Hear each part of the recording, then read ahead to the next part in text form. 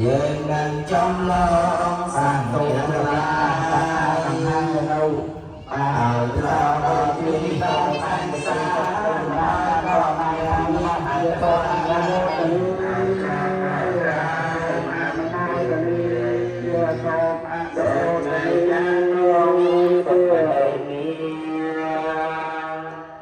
ៅត្រង់ប្រសោតនាំព្រះបានអង្គសោតាំងនេះស្ដេចអន្ទាត្រង់សានតូចថ្មល្អសោទាមួយជាអនុសាវរីយ៍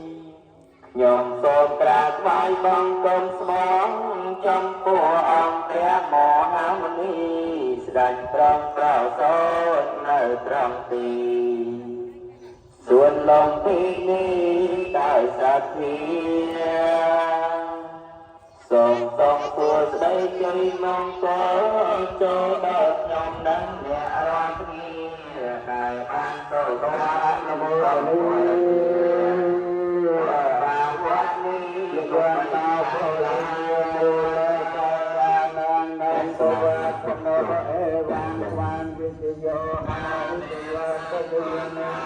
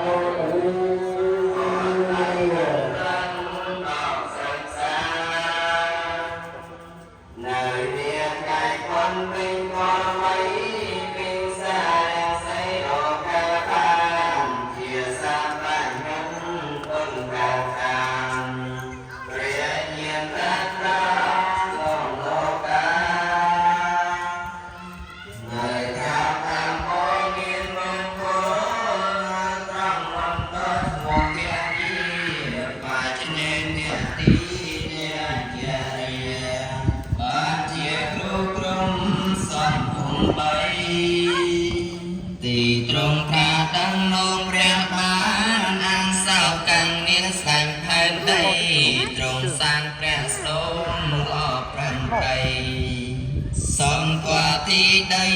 ត្រង់ត្រាដឹងខ្ញុំសូមក្រាបថ្វាយបង្គំវន្ទា